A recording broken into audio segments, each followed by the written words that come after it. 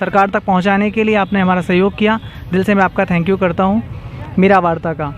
सबसे पहले मैं आपको बताना चाहूँगा कि हमारे लिए एक दिव्यांग व्यक्ति के लिए सबसे बड़ी ज़रूरत होती है, वो होती है शिक्षा की ज़रूरत, जो एक आम इंसान की भी होती है। लेकिन दिव्यांग व्यक्ति केवल एक शिक्षा ही ऐसा माध्यम है जिससे वो कुछ शिक्षित होकर के आगे कुछ कर सकता है। अगर कोई नॉर्मल इंसान हो, जनरली जो लोग नॉर्मल हैं, आम आदमी जो लोग हैं, वो अगर शिक्षा नहीं लें तो वो दूसरा काम भी कर सकते हैं, लेकिन एक दिव्यांग अगर शिक्षा लेगा तो ही वो कुछ कर सकता है। और शिक्षा के क्षेत्र में सरकार की बहुत सारी कोशिशें हैं, लेकिन हर कोशिश केवल कागज़ों में ही सीमित है। हमारे साथ कठिनाइयाँ क्या आती है ये हम जानते हैं। कठिनाई हमारे साथ ये आती है कि जब कोई शिक्षक हमें पढ़ाता है तो वो अगर विशेष शिक्षा से शिक्षित है तब तो हमें वो ठीक से समझा सकता है हर चीज़ को प्रैक्टिकली। अदरवाइज़ अगर वो नॉर्मल शिक्षा लेके आया हुआ है, जनरली जो लेते हैं स्टूडेंट्स, अगर वो शिक्षा उसने हासिल की है तो हमें ठीक से वो प्रैक्टिकली समझा नहीं सकता, कन्विंस नहीं कर सकता। हर चीज़ को प्रैक्टिकली समझाना पड़ता है हमारे लिए। तो शिक्षा जो हमारे लिए हमें बहुत महत्वपूर्ण मानी जाती है और सभी के लिए है, उसके लिए हमारे विशेष शिक्षा की बहुत ज़रूरत है। विशेष शिक्षा में विशेष शिक्षकों की ज़रूरत है। सरकार बहुत सारे विशेष शिक्षक के पद जो पूर्व में भी बैकलॉग में पड़े हैं, सरकार ने अभी तक नहीं निकाले हैं। अगर मैं उदाहरण दूँ दिल्ली सरकार का, तो दिल्ली सरकार ने हर स्पेशल स्कूल में या हर जनरल स्कूल में एक स्पेशल एजुकेटर की घोषणा की थी और उसको उन्होंने काफ़ी हद तक क्रियान्वित भी किया है। बात करूं राजस्थान सरकार की, तो राजस्थान सरकार ने स्पेशल एजुकेटर के तौर पर शिक्षकों को तैयार तो करवाया, लेकिन उन शिक्षकों को भर्ती में लिया नहीं। ये रीट की जो भर्ती चल रही है, इसमें विशेष शिक्षक का कोई भी पद सरकार ने सृजित नहीं किया है, जबकि सरकार कहती है कि हम दिव्यांगों के लिए संवेदनशील हैं, दिव्यांगों के लिए काम कर रहे हैं, दिव्यांगों के लिए हमने बहुत कुछ किया है, लेकिन वो सब सिर्फ और सिर्फ कागज़ में ही सीमित है।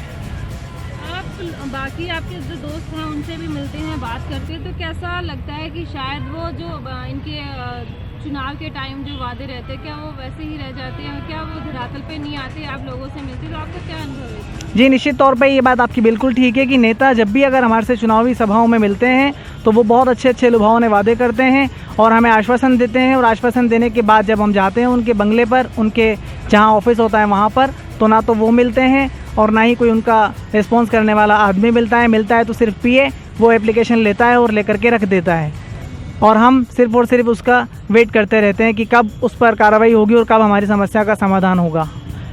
तो जो साधारण व्यक्ति है उसके लिए भी इतनी ही मशक्कत है, और जो आप विशेष शिक्षक की बात कर रहे हैं तो क्या उनको भी उतना ही फाइट करना पड़ रहा है कि उनसे डबल उनको परेशानी होती है? मैम मैं बताता हूँ आपको, जनरली अगर कोई स्पेशल बीएड नहीं करता है, जनरल बीएड करता है, तो उसको लगभग 60,000 रुपये दोनों सालों के दे करके स्पेशल बीएड का डिप्लोमा करना होता है। बतौर इसके अगर वो स्पेशल एजुकेटर के तौर पर स्पेशल बीएड अगर करता है, स्पेशल डीएड अगर करता है, तो उसको 3 से 4 गुना यानी लगभग 2 से 2.5 लाख रुपए फीस पे करनी होती है।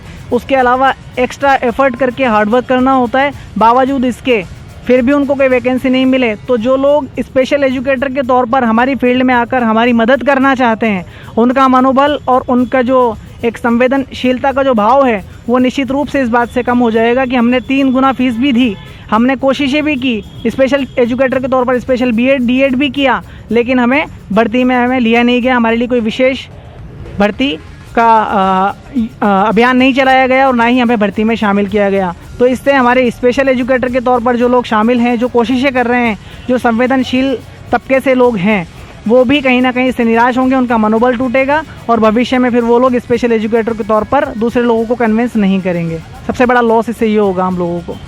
जी बिल्कुल। तो हम उन बच्चों के लिए कैसे उनके लिए कोई कैसी पहल की जाए कि आप लोगों का जो संघर्ष है सरकार तक कैसे पहुंचे, कि वो बात को, अभी कितने दिन से ये धरना चल रहा था, अभी तक कोई आया नहीं या बात नहीं की, तो क्या आगे क्या हो सकता है, उसके लिए क्या प्रयास हो सकते हैं? मैम ये धरना लगभग 24 दिनों से चल रहा है और सरकार हमेशा आश्वासन देती रहती है। न्यूज़ चैनल वाले भी अपना काम कर रहे हैं, मैं सभी मीडिया कर्मियों का भी आभार व्यक्त करता हूँ दिल से।